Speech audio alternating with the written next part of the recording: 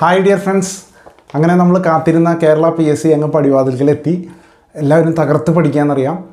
അപ്പം നമ്മൾ ഇനി വരുന്ന 7 ദിവസങ്ങളിൽ എങ്ങനെ പഠിക്കണം എന്നുള്ള കാര്യത്തിനെ പറ്റിയിട്ടുള്ള ഒരു ചെറിയ വീഡിയോ ഇടാനാണ് ഞാനിവിടെ വന്നത്.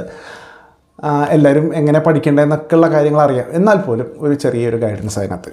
അപ്പം നമ്മൾ PSCയിൽ രസശാസ്ത്ര ആൻഡ് ഭൈഷിക കൽപ്പനയിൽ നിന്ന് 5 മുതൽ 10 ക്വസ്റ്റ്യൻസ് വരെയാണ് എക്സ്പെക്റ്റ് ചെയ്യുന്നത്. മുൻകാല അനുഭവങ്ങളിൽ വെച്ചിട്ടാണ് ഈ പറയുന്നത്. അത് ചിലപ്പോൾ കൂടാം കുറയാം, എന്തായാലും അതൊക്കെ നമുക്ക് അന്നേരം കാണാം.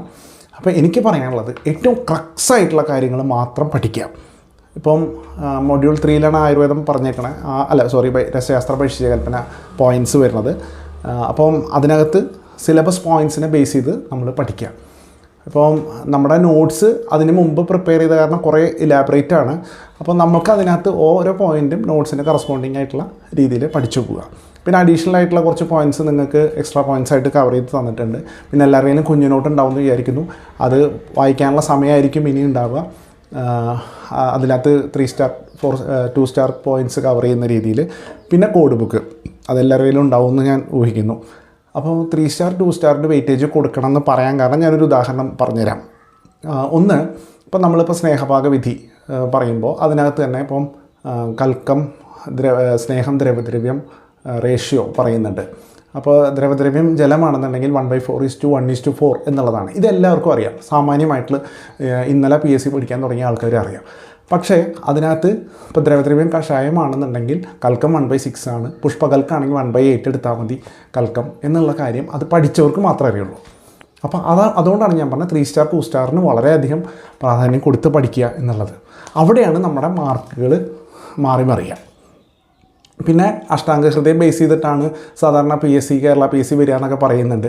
പക്ഷേ നമ്മൾ ഭൈഷിക കൽപ്പന പഠിക്കുമ്പോൾ അതിനകത്ത് ശാർങ്ങധര സംഹിത ആചാര്യൻ്റെ അല്ലെങ്കിൽ ശാർങ്ങധരാചാര്യൻ്റെ ഒപ്പീനിയന് ഒരു വെയിറ്റേജ് കൊടുക്കണം എന്നുള്ള കാര്യം കൂടി പറയുകയാണ്. പിന്നെ നമുക്ക് പ്രധാനമായിട്ടും കുറച്ച് കാര്യങ്ങൾ, അപ്പോൾ ആദ്യത്തെ ആ പോയിൻ്റ് വൈസ് നോക്കുമ്പോൾ തന്നെ രസത്തിൻ്റെ കാര്യങ്ങൾ പറയുന്നുണ്ട്. അതിനകത്ത് പഥ്യാപഥ്യങ്ങളാണ് പ്രധാനമായിട്ടും നമ്മളൊരു നോട്ടായിട്ട് അഡീഷണൽ തന്നിട്ടുണ്ട്. അതേപോലെ ആൻറ്റിഡോട്ട്സ് നമ്മൾ നിർബന്ധമായിട്ട് അറിഞ്ഞിരിക്കേണ്ട കാര്യങ്ങളല്ലേ. അപ്പോൾ അത് നിങ്ങൾ നോക്കുക. അത് നമ്മുടെ രസം നോട്ട് നോക്കിക്കഴിഞ്ഞാൽ അതിനകത്ത് ഓരോ ഹരിതാലം മനസ്സിൽ അങ്ങനെ കോമൺ ആയിട്ടുള്ള വരുന്ന രസൌഷധികളുടെ ആൻറ്റിഡോട്ട്സ് നമ്മളൊന്ന് പഠിച്ചു വയ്ക്കുക, ടോക്സിക് ആയുള്ള ഇത്. പിന്നെ യോഗങ്ങൾ എങ്ങനെ പഠിക്കേണ്ടതെന്നൊക്കെ പറഞ്ഞു തന്നിട്ടുണ്ട്, നിങ്ങൾ പഠിക്കുന്നുമുണ്ട്. അപ്പോൾ പ്രധാനമായിട്ട് അതിൻ്റെ മെയിൻ ഇൻഡിക്കേഷൻസ്, അതേപോലെ തന്നെ മേജർ ഇൻഡിക്കേഷൻസ്, അതുപോലെ എന്തെങ്കിലും സ്പെഷ്യലായിട്ട് അതിനകത്ത് പറഞ്ഞിട്ടുണ്ടെങ്കിൽ അനുപാനം എന്തെങ്കിലുമൊക്കെ പറഞ്ഞിട്ടുണ്ടെങ്കിൽ അത് ഡോസ്. ഇപ്പോൾ ഓരോന്നും ഇപ്പോൾ നമ്മൾ ഒരു കാരണവശാലും മിസ് ചെയ്യാൻ പാടില്ലാത്ത, ഇപ്പോൾ നമ്മുടെ അമൃതോത്തരം അല്ലെങ്കിൽ ഇപ്പോൾ ഗുളൂച്ചാതി, രാസ്ന സപ്തകം, ദ്രാക്ഷാദി പോലുള്ള സാധനങ്ങൾ, ചവനപ്രാശം പോലുള്ള സാധനങ്ങൾ, ഇതൊന്നും ഒരു കാരണവശാലും മിസ് ചെയ്യരുത്.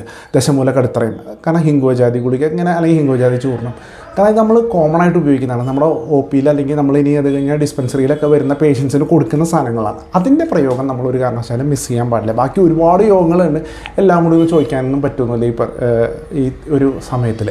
അപ്പോൾ അത് നമ്മൾ നിർബന്ധമായും അങ്ങനത്തെ കാര്യങ്ങൾ പഠിച്ചു വയ്ക്കുക. പിന്നെ വേറൊരു കാര്യം പറയുന്നത് അതിൻ്റെ ഇപ്പോൾ കളക്ഷൻ ഓഫ് ഡ്രഗ്സ്, അത് ഒരു പ്രധാനപ്പെട്ട കാര്യമാണ്. ഇപ്പോൾ ഏത് ഋതുവിൽ ഏത് പാർട്ട് കളക്ട് ചെയ്യണം എന്നൊക്കെ ഉള്ളത്. അതേപോലെ ഷെൽഫ് ലൈഫ് വളരെ ഇമ്പോർട്ടൻ്റ് ആണ്, പ്രത്യേകിച്ച് ഡ്രഗ് ആൻഡ് കോസ്മെറ്റിക് റൂൾസ് പ്രകാരം പറയുന്ന മോഡേൺ രീതിയിലുള്ള ഷെൽഫ് ലൈഫ്. പിന്നെ പറയുന്നൊരു പോർഷൻ അനുപാനം ഇമ്പോർട്ടൻ്റ് ആണ്. പിന്നെ പഞ്ചവിധ കഷായ കൽപ്പനകൾ വളരെ ഇമ്പോർട്ടൻ്റ് ആയിട്ടുള്ള കാര്യങ്ങൾ. അതിനകത്ത് ഓരോ കൽപ്പന എടുക്കുമ്പോൾ അതിനകത്ത് മെത്തേഡ് ഓഫ് പ്രിപ്പറേഷൻ, ഡോസ്, അനുപാനം, അതിൻ്റെ ഇൻഡിക്കേഷൻ, ഇതാണ് നമ്മൾ പഠിക്കുക. പിന്നെ ഉപകൽപ്പനകൾ പറയും. അപ്പോൾ ഉപകൽപ്പന പറയുമ്പോൾ നമുക്കിപ്പം ഒരു സ്ഥിരം ചോദ്യമായിരുന്നു മന്ദം ഈസ് ഫാണ്ഡഭേദം എന്നുള്ളത്. അപ്പം അത് നമ്മൾ അങ്ങനത്തെ കാര്യങ്ങൾ പഠിക്കുക, അതിന് വെയിറ്റേജ് കൊടുക്കുക.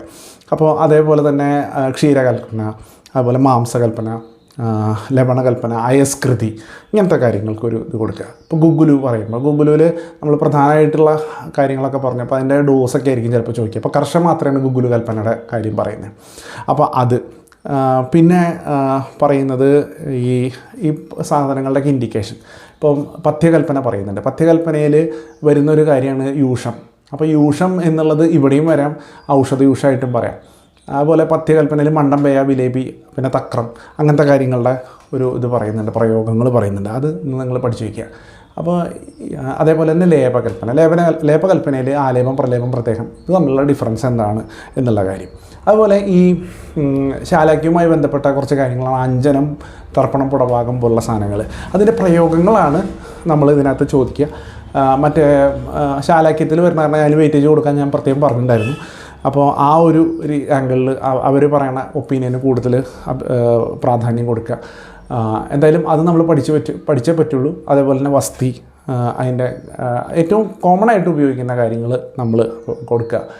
പിന്നെ ഉള്ളത് ഡ്രഗ് ആൻഡ് കോസ്മെറ്റിക് റൂൾസാണ്. ഒരു കാരണവശാലും വിട്ടുപോകാൻ പാടില്ല. Drug and cosmetic act 1940, drug and cosmetic rules 1945. അതിനകത്ത് GMP പറയുന്ന അതിൻ്റെ ചാപ്റ്റേഴ്സ് പറയുന്നുണ്ട്, GMP പറയുന്നുണ്ട്, അതിൽ സ്കെഡ്യൂൾ T ആയുർവേദം പറയുന്നുണ്ട്. അപ്പം ചില കാര്യങ്ങളൊക്കെ നമ്മൾ നോട്ട്സായിട്ട് വളരെ ബ്രീഫായിട്ട് അത് കൊടുത്തിട്ടുണ്ട്. അപ്പോൾ അത് നിങ്ങൾ പഠിച്ചാൽ മതി. അതേപോലെ തന്നെ സ്പീരിയസ് ഡ്രഗ്സ്, മിസ്പെറാൻഡൽ ഡ്രഗ്സ്, അഡൾട്രേറ്റഡ് ഡ്രഗ്സ്, ഇത് തമ്മിലുള്ള എന്താ വ്യത്യാസം എന്നൊക്കെയുള്ള കാര്യം ഒന്ന് വായിച്ച് പഠിക്കുക. അപ്പോൾ ഇത്രയൊക്കെ പഠിച്ചു കഴിഞ്ഞാൽ പിന്നെ GMPയിൽ ഓരോന്നിനും ഇത്ര സ്പേസ് വേണം. അപ്പോൾ 1200 സ്ക്വയർ ഫീറ്റ് വേണം. അതേപോലെ തന്നെ ഓരോന്നിനും ഇത്ര സ്പേസ് വേണം എന്നൊക്കെ. ഇപ്പോൾ ചൂർണ്ണ പ്രയോഗിക്കണമെങ്കിൽ അവിടെ 200 സ്ക്വയർ ഫീറ്റ് വേണം എന്നൊക്കെയുള്ള കാര്യങ്ങളൊക്കെ പറയുന്നുണ്ട്. അപ്പോൾ അങ്ങനത്തെ കാര്യങ്ങൾ ഒന്ന് നോട്ട് ചെയ്ത് വയ്ക്കുക. ഇത്രയൊക്കെയാണ് മെയിനായിട്ട് പഠിക്കാനുള്ളത്. അപ്പോൾ നന്നായി പഠിക്കുക, എല്ലാ സബ്ജക്ട്സും നോക്കുക. അപ്പം ഈ പറഞ്ഞ പോയിൻറ്റ്സ് മാത്രം പഠിച്ചിട്ട് നിങ്ങൾ വളരെ സക്സസ്ഫുള്ളായിട്ട് പ്രിപ്പയർ ചെയ്ത് നന്നായിട്ട് സക്സസ്ഫുള്ളായിട്ട് പരീക്ഷ എഴുതുക, വിജയിക്കുക. എല്ലാവർക്കും ആശംസകൾ. ഒരിക്കൽ കൂടി ദ്രോണ ടീം നിങ്ങളുടെ കൂടെ തന്നെ ഉണ്ടാവും, എപ്പോഴും ഉണ്ടാവും, ഏത് നിമിഷവും സമീപിക്കാം. Good luck. Thank you.